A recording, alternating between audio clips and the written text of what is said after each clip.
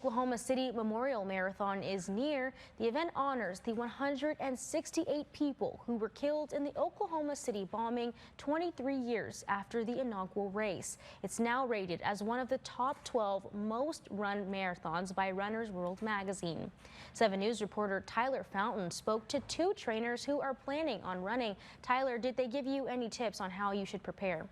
Yes, Destiny, they did. They both emphasize nutrition, recovery, and proper training so that you avoid injury and your body can know what to expect.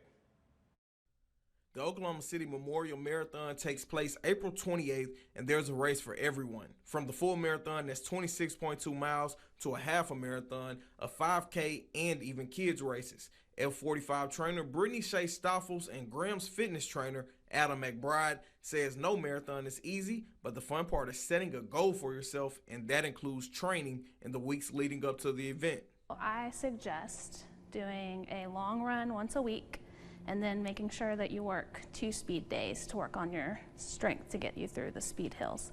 I also make sure I do various courses so that I can do all the different patterns of the roads to get ready for the city.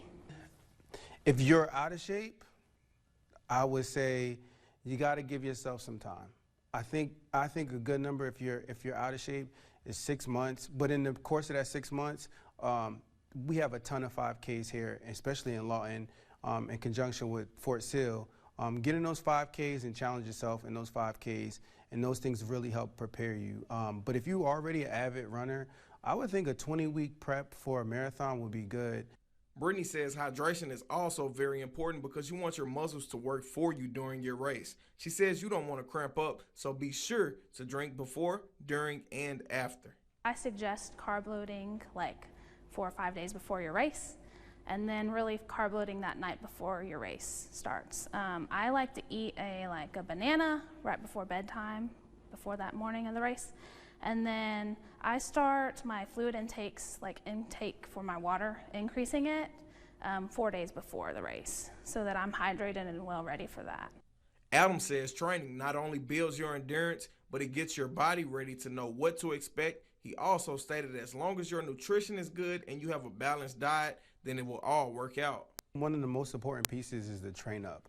I think as long as you are training up for the marathon, it makes it a lot easier. It's not easy, but it's going to make it a lot easier in the process. And then just give yourself ample time to prepare.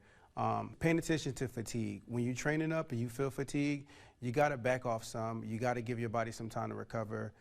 That's with getting some sleep, taking some runs off, going back to doing shorter runs than before.